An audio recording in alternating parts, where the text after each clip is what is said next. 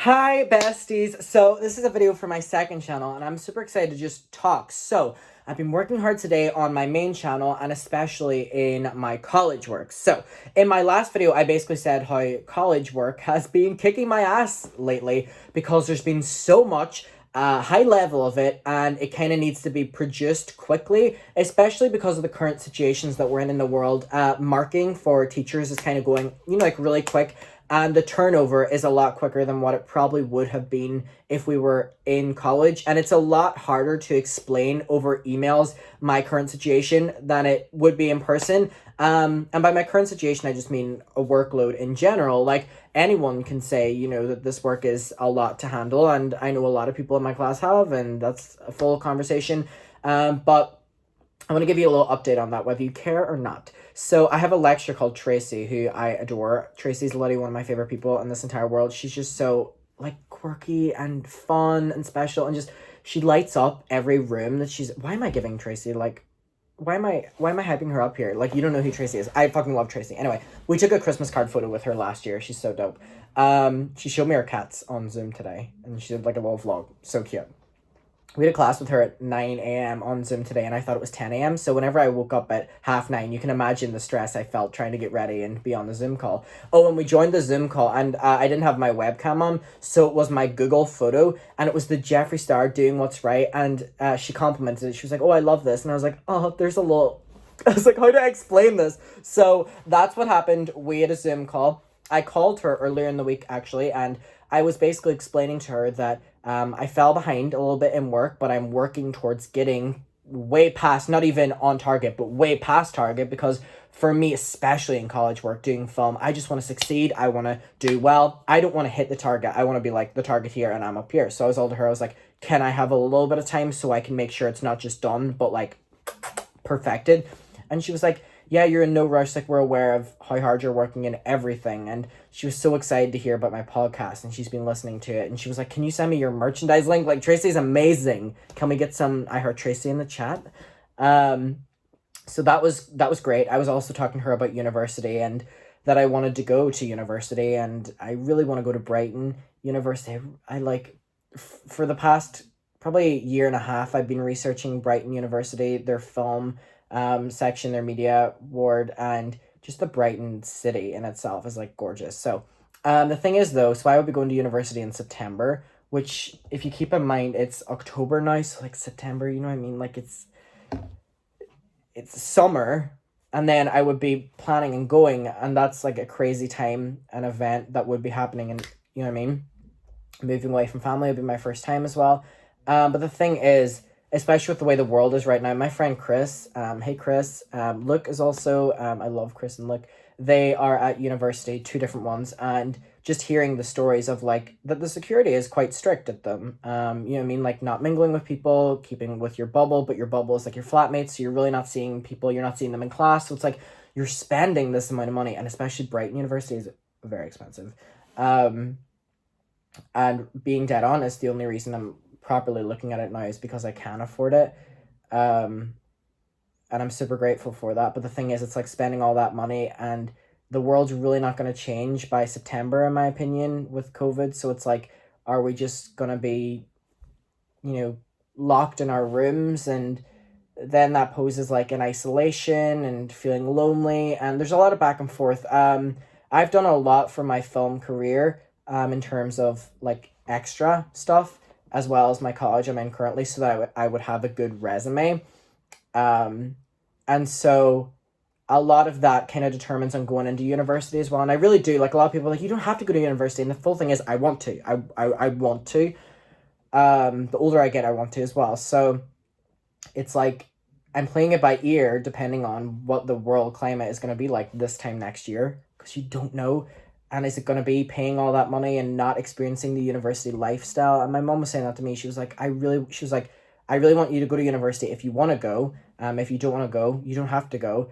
But I don't want you to go if you're not going to experience the university life, which it's looking like I won't if I go in September. But then it's like, do I take a gap year next year, or do I go back to my college I'm in now and do another year? But then I have to pay to do that, because the one I'm doing right now is, paid by the government, whatever. And that would also be my first year of university. This sounds very technical and confusing, and it is. It's been like up in my thoughts for the past couple of weeks, and especially October on my main channel has been a bit up and down, I'm going to be completely honest. Nothing other to do than just my workload and stress, and not stress about anything else other than my future and kind of figuring out things. And it's all well and good. I say to everyone, I'm like, oh, you can figure it out when it happens. But like stuff like this, you have to have your application forms in and you have to apply to these universities. They can deny you. You have to get your grades. You have to. So there's a lot that definitely October, it was heavy on me. And definitely my uploading schedule was inconsistent. Some days I would post fucking 6 videos and then I would be gone for 3 days. And then I had 6 videos gone for 4 days. Or like, God, that's actually dramatic. I think I left for 2 days. But because I put a pressure on myself because I enjoy doing YouTube as well. And I'm so grateful I have this opportunity. So I never want to take it for granted. So I always push myself. And so October was a bit rough for me just because I'm approaching the deadline to decide what I'm doing with university. And as much as I love YouTube, I've never personally looked at YouTube like my lifeline. You know what I mean? It's always been my hobby. And it still is now, which is why I fucking love it so much. So it's like putting all your eggs in one basket for a YouTube channel or going to university and furthering your career in the film industry, which you've been dedicating your entire life towards. I'm doing it right now with editing for my YouTube channel and building, whether you want to say it or not, a reputation. You can say that my reputation's fucked on YouTube. You can say, oh my God, there's people hating you. Like, people hate what you do. Like, your content's shit or whatever like that. I'm building a reputation on YouTube because I then tell employers, I then tell people I work with, no matter, they don't care if people don't like me on the internet. All they care about is, wow, you've worked consistently for 10 years on this platform and you were hired and making an earning from this year on, and you were self-employed, legally registered by the government as self-employed, which I am, and you did that. And especially this being YouTube and social media and the way companies look at YouTube, and they really, whether you want to say it or not, they prioritize it. Let me tell you now, I've been in so many situations where I've gotten ahead of other people because of my YouTube or having a social media presence. They love it because so many film companies now cater wanting to be able to be good at social media. They want to have good Facebooks. They want to have good Instagrams. So they love whenever people like me or other people who do, social media come forward because they're like, hey, you know a lot, you can help us. So my YouTube's helped me out a shit ton, even just on like a professional level. And especially whenever I applied for my media college that I'm in right now, I showed my YouTube channel and I had like 7,000 subscribers. And I was like, look how many videos I've done. I've done 500 videos. And it was Faustina, you don't know her, but the head of my course. And she was like, wow, you're really dedicated to this. And like, you're editing these videos, you're producing these videos, you're starring in them all by yourself. That's a credit. And so now I have like 800 videos, and obviously you have numbers behind you this time. But even putting numbers aside about your work ethic, and I think that can apply to you and whatever you're doing as well. It doesn't have to be YouTube. It doesn't have to be social media. It can be literally what you're working towards or what you're graduating from. Or if you're in high school, you're focusing for exams. And definitely this month, like I was saying, has just been one of the harder ones of this year just because I'm approaching deadlines. Both work deadlines, but also deadlines in which I determine my future. And that's stressful. Let's be real, that is stressful. And it's working out though. And I did a bunch of college work over the past couple of weeks. And especially last night, I was working on YouTube videos from 9 a.m. until 11 p.m. I did YouTube videos, I did podcasts, I did social media, and I did everything. Oh my God, like I was on fire yesterday. And then the day before I did the exact same thing. I kind of have a schedule now. And then from 11:30 at night until I think 6:30 in the morning, I was doing college work. So then I woke up today and I did a presentation at 2:45 for a lecture I have called Kevin. And it was a photography unit. I had to present on photography and different kinds of photography. And I worked really hard on it. I did a lot of work for it. And he liked it. He acknowledged that I did a lot of work for it. And implying that I got a good grade. So that made me really happy. And it was kind of the first big piece of work that I've really done this year for year 2 in my course and handed up, and to get good response on it was reassuring, because obviously we're all in lockdown, we're all not seeing that many people, like we're seeing our bubble of people, so you kind of start to doubt, like, am I doing enough? Is this good? So whenever you get that reassurance, and that's just like the main word, reassurance, it feels good. It feels really good. So that made me really happy. Then at 2:45 I did that. That went on for maybe 15 minutes. And then, sorry, I need to burp. I won't burp on camera. It's so embarrassing. I've done it so much though. Let's do it. Just say Red Bull. It's because I've been drinking Red Bull in my videos today. And then at around 3:30, I went to a graveyard, in Derry, to go visit my granny and granda Joe's graves. I haven't been to their graves in like a year. I normally try to avoid graveyards because they trip me out, right? Like, what's your opinion on graveyards? I go in and I feel, I'm like looking around like this, and you start to not realize that you're surrounded by all these bodies, and like people like this, like people who had their own lives and lived for up to like 100 years, and then other people who didn't live long lives, and it's like all these tragic stories but also happy stories, and it's memories, that's the right word, that you're surrounding yourself with. And it's like looking at all these different graves that have people's different messages for their loved ones on it, and it's like, what, like, what's it all for, you know what I mean? And it's like, my friend Caitlin actually messaged me today, and I wonder if I could get it up here. I'm gonna log onto my Snapchat because I want to be authentic and show you the real thing. She messaged me and was like, can I ask you a quick question? And I said, sure. And she asked me, what is the meaning of life? And normally whenever people message me and do like questions, whatever, I give them my honest response. She was like, oh my God, I'll tell you what this is for after. And I was like, no, I have no problem. So Caitlin, I hope she has no problem with me showing this, but this is what she said to me. Hi Adam, I would really appreciate it if you answered this question for me, but please reply in voice note form. I'll explain why after you answer it, because I don't want to alter your answer or whatever. But the question is, what do you think the purpose of life is? Like, why are we here? Or is there even a purpose to life? Let me know your thoughts, please. But you don't have to if you don't want to, obviously.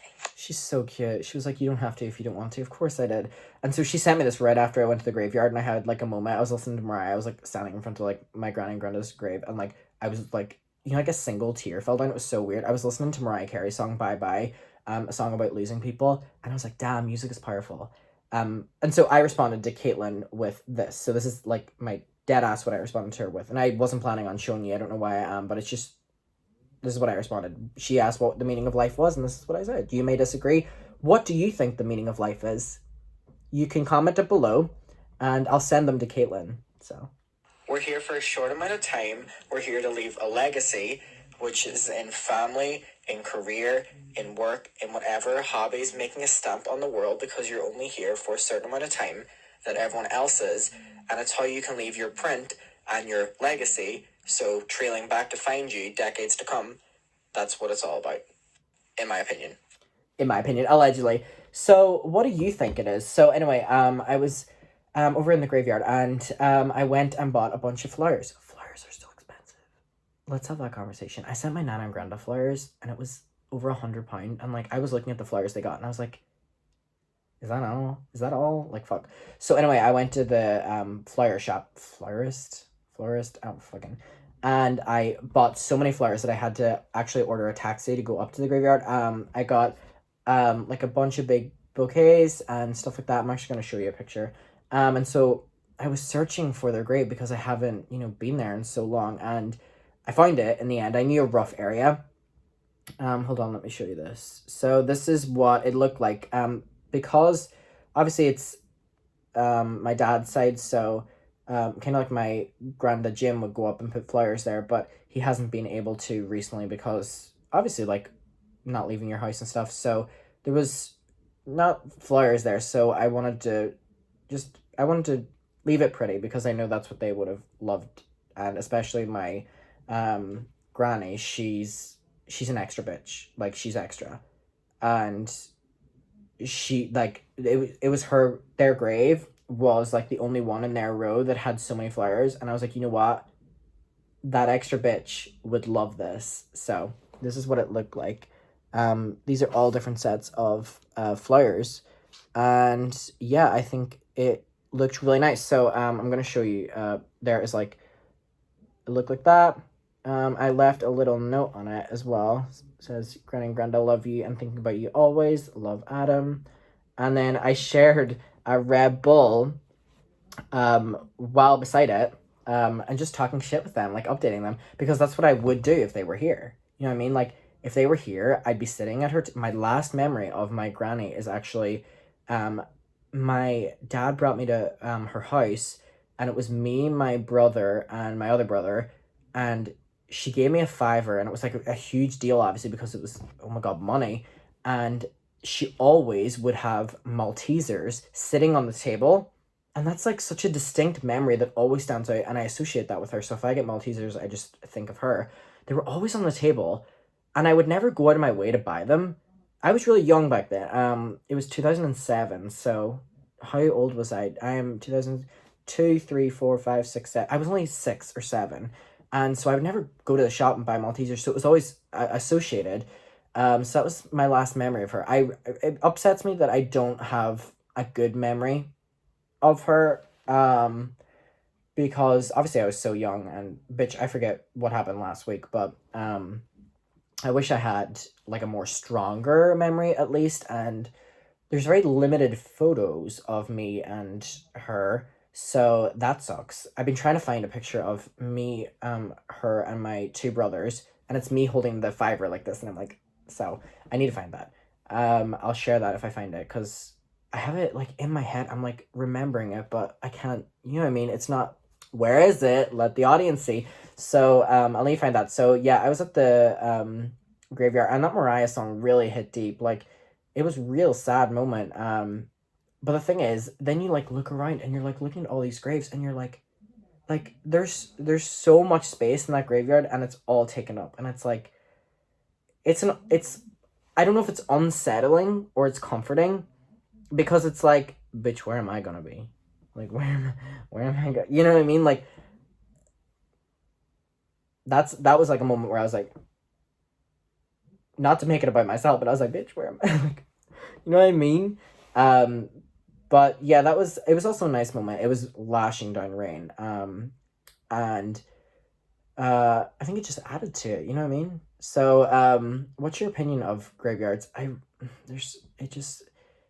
Sometimes they're unsettling to me, especially if I'm there alone.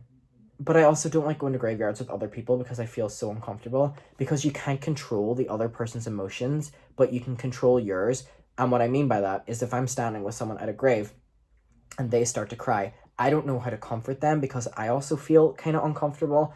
Whereas if I'm on my own and I start to feel uncomfortable, like, sort of like yourself, like, in any other situation, if someone felt uncomfortable or felt sad or whatever, I would like to comfort them, but in that moment, probably not, because, like, I don't know what to do, like, tap you on the shoulder, but I feel weird, like, so that's my full thing with graves.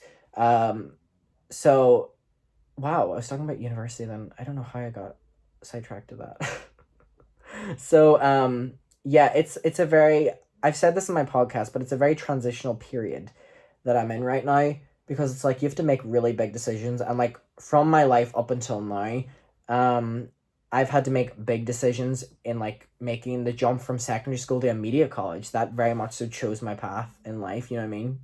Went down that path. Instead of I actually was going to study RE, English, Lit, and Moving Image Arts in A-levels, like, exams, but it just didn't work out for me, and instead I went and did media college, and again, best decision of my life was taking this path. And so, if you're wondering, like, why, no one has really said it, but I always overthink it. If I've seemed a bit off this month, genuinely, it's just because there's a lot. Like, you're making these huge ass life decisions, but the way I work, I don't allow myself much time to think. So it's like, oh shit, I have a class now, and they're asking me all these questions, like, are you going to university? What university? And you're like, fuck, I'm like thinking about it right now. So that's on me though. That's on period. Because I like working so much. There's not enough time in the day for me, and like, it's so weird. Does anyone else get it? If I could not sleep, if I could like recharge in like 30 seconds, fuck, I would. Like, and that means working through the night. Like, I love working. I love doing stuff. I love being productive. And so, I'm like being productive and all like that throughout the day. And then it comes to like making these big ass decisions. And I'm like, actually, could I have an extra day? Because I didn't. So, that's why. So hopefully November is a bit better and I have things worked out. I think I will though. I think like maybe the second weekend in November, I'll be generous with myself. So I just wanted to give a little update. It's currently 11 p.m. for me. I've posted 3 videos today. 4. And I might film another one. I'm in a really good mood. Things are going really well, and I just wanted to like sit down and chat. This has been 20 minutes of me just talking to you as if I would on a FaceTime call. So thank you for watching this. Thank you for being a part of the second channel, by the way. I really like being more personal on here because it's like, it's almost like I'm building a channel up from the ground again, and that's exciting. So yeah, thank you for watching, and I hope you have a really good night. Bye.